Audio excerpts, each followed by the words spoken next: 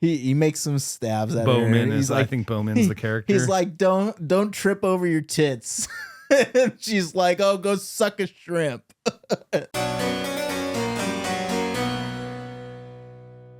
Hello, everybody, and welcome back to the Calvin Cam podcast. We are doing our 31 days of Halloween. This is day 4, October 4th. We are doing Leviathan. This was my very first time watching this film, and I have so much to talk about with this film. I really, really enjoyed this film. But before we get into it too much, I just want to remind everybody to go over to our patreon.com/thecalvincam. Join one of our 3 tiers. It's the best way to support the show and donate to us. We would absolutely love to build a community.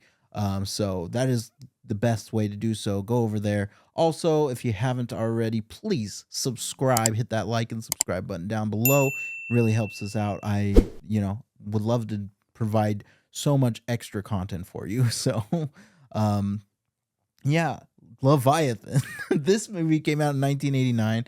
This is a hell of a trip. Like, it's such a good watch for me. It is like a cross between Alien and The Thing. That's the vibe that I was getting the whole time. It's very interesting. You don't see the creature until the very end of the movie. Like, I'm talking within the last 20 minutes of the movie. But you do, you see glimpses of it through the movie.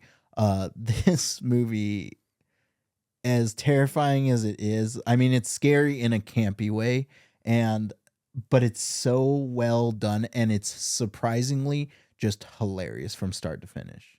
I really had a great time watching this movie. The jokes, like within the first 5 minutes, you get a sense of like what kind of crew this is, and it's really like the crew itself has like a disconnect with their captain or their manager of their operation. Yeah, they don't really respect him much, because he's kind of like, he's like a mining guy. He's like, I think he was put in this position. He's like an oceanographer that's in a mining position, as like he's taken this just so he can get some work. Yeah, and so you can even see like there's parts of the movie where it shows him like in his room, and he's like reading like how to be a manager. Like, and it's just like, I found it hilarious, but I also really liked it. And in the very beginning, like they're out there, they're in the suits on the ocean floor, and they're doing their mining job, moving the material and moving the equipment, and it's funny because they're just bickering with each other, and it's hilarious because was it Daniel Stern? Six pack. Yeah, Six Pack. Hilarious. He talks to the girl, and he's like, he makes some stabs at Bowman her. is, I think Bowman's the character. He's like, don't trip over your tits. And she's like, oh, go suck a shrimp. And it's just funny. Like, really enjoyed it. And then you have Ernie Hudson, who's just like singing, doing his thing. Ernie Hudson is just incredible. There's so many parts in this movie that I love Ernie Hudson. There's like when they're trying to get extracted and they're talking to the company lady. The company lady. I forgot the actor's name, but she plays in They Live. Mm-hmm. She's like, Ernie Hudson's there. He's terrified. He's like, bitch, we still here. Yeah. And like, yeah. And then Peter Weller says, calm down and get some rest. He goes, I can't even sleep. I won't be able to sleep in life. And I just thought that was like one of the funniest She's parts. like, I know you've gone through hell. He's like, we're still in it. Yeah. It's so funny. But it's also really cool. Like I said, I refer to The Thing because what they do. So the plot is they go down, they accidentally stumble upon a Russian ship called the Leviathan that's wrecked. And in that, there's like this thrilling mystery about why is it saying that this ship is active when it isn't active. It's on the floor.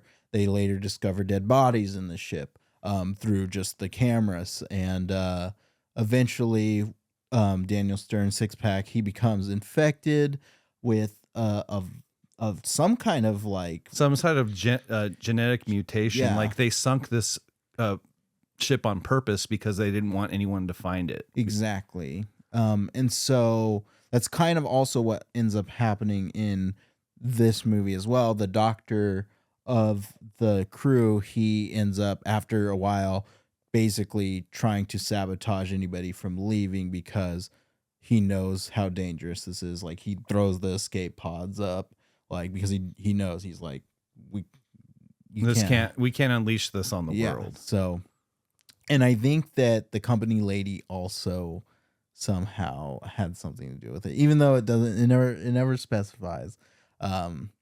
But because she's just like constantly trying to keep them there. She's like, "Oh, sorry, we can't pick you up.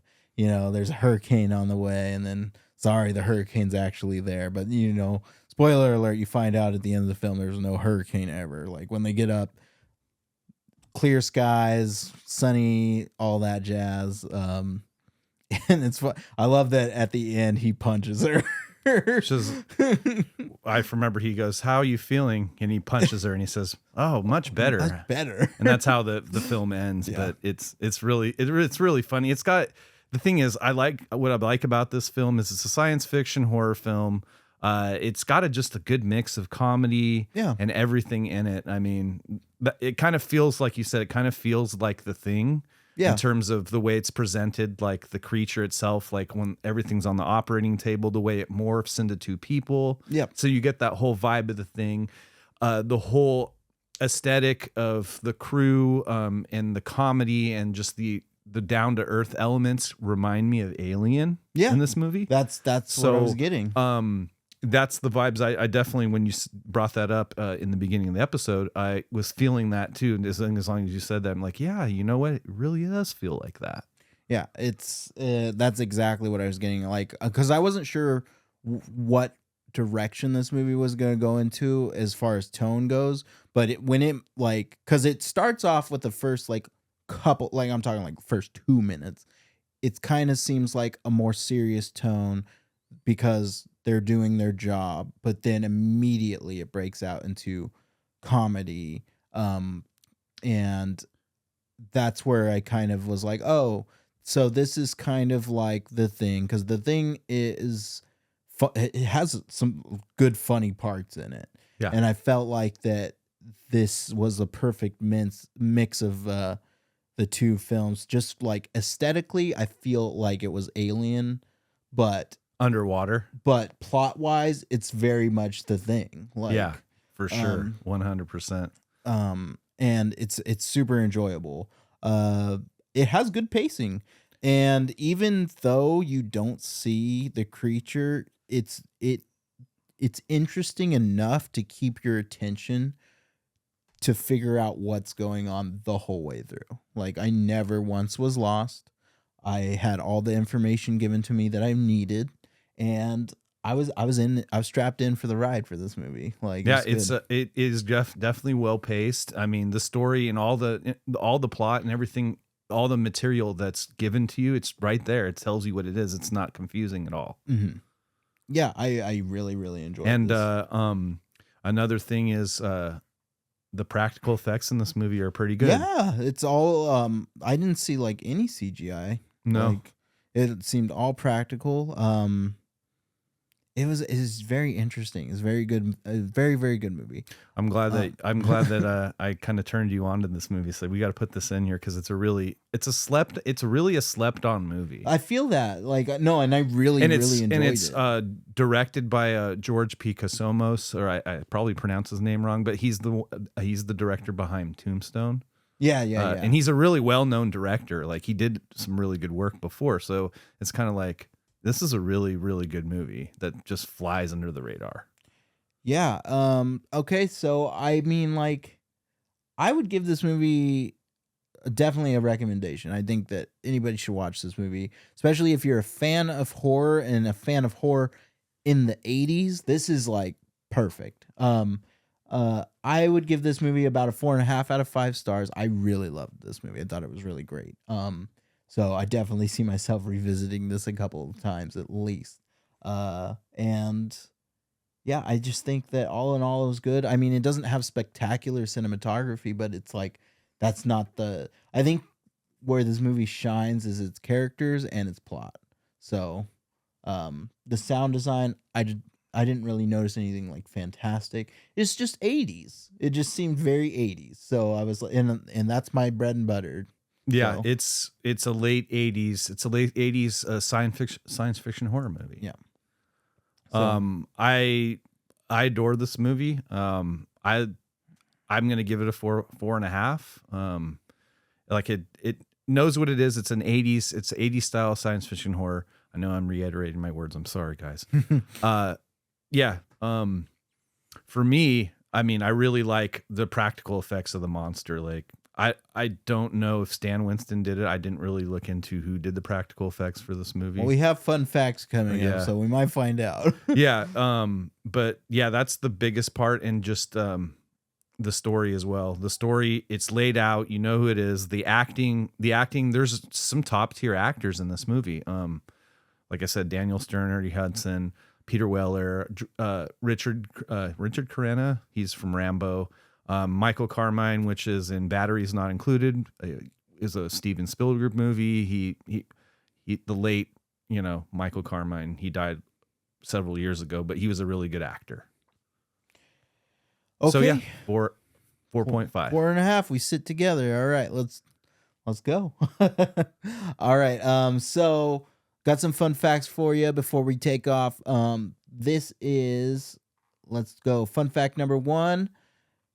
Deep Star 6 was the first released of several underwater monster-themed feature films released during 1989 this year, including The Abyss, Leviathan, The Evil Below, and Lords of the Deep. I haven't seen... And The Rift, a.k.a. Endless Descent. And with the exception of The Abyss, none of the films released were box office hits at all. That is crazy, because all of those movies kind of like I said, remember I told you about Deep Star 6 and I said Abyss, it kind of has that underwater theme and it's kind of around the same time period. So it's kind of like weird. Everybody trying to do the same thing at once. It happens. It happens a lot.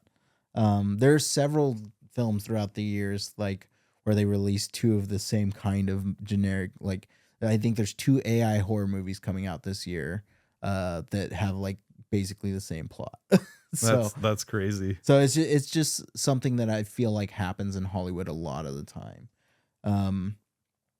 I think this movie sits at like 22 or 23% on Rotten Tomatoes. Like, it's a low rated movie, but this movie's awesome. It's a great movie. I love it. Let's see. Once during underwater photography, John Rosengrant and other members of the SWS on the set crew were underwater for so long and at such depth that they were unaware of the violent storms that had come in, threatening to rip the topside boat from the anchor and smash it against nearby rocks.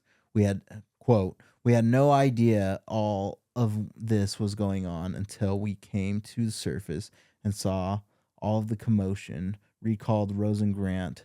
"We all go out of the water and helped to push the boat away from the rocks and hold it steady in this storm."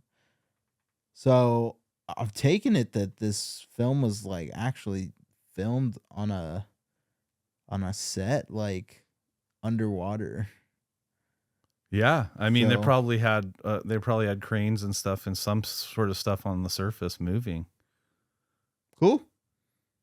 All right, let's see. Kind of feels like the real life Abyss when something's happening on the surface. Okay, the movie is set in the year 2027. That's like 3 years away from now. That is crazy. I don't remember if we get that in the opening scene or not. I don't remember seeing it. It says something about the mining facility, and then you have what I like about another thing about this movie is the opening credits, how you descent in the deep. Mm-hmm. The camera panning down. I thought that was really cool with the music. It sets that tone. You know what I mean? There's good things about this movie. You ready? You ready for it? You ready for this? You ready? In designing the creature of the film, Stan Winston and George P. Cosmatos went through a mini library of marine life pictures and medical reference books. They were inspired by the physiology of the natural world and came up with the idea of combining human body parts and elements of deep sea marine life into an unnatural creature never seen on film before. Stan Winston. Stan Winston. Once again, he's amazing. And I don't know. Let's see. Stan Winston. Is he in the poster credits here as special effects? He is not. I don't see presented here. Not on the poster. No. Probably. I was just a guess because Stan Winston did all the work in the 80s, most of it. And let's give you guys one more. Let's see. The book Stephen Beck reads is The 1 Minute Manager by Ken Blanchard. And was a very short management book while it was published in 1980. So that was what I was referencing, which I just thought was funny. So it's the little things like that, and it builds the characters. So, all right, that's going to be it for this episode. Thank you so much for tuning in to our 31 Days of Halloween. We have so many more movies to cover this month, and I hope that you stick around for it and see what we have to say. So thank you all, and we'll catch you next time. See you in the next episode.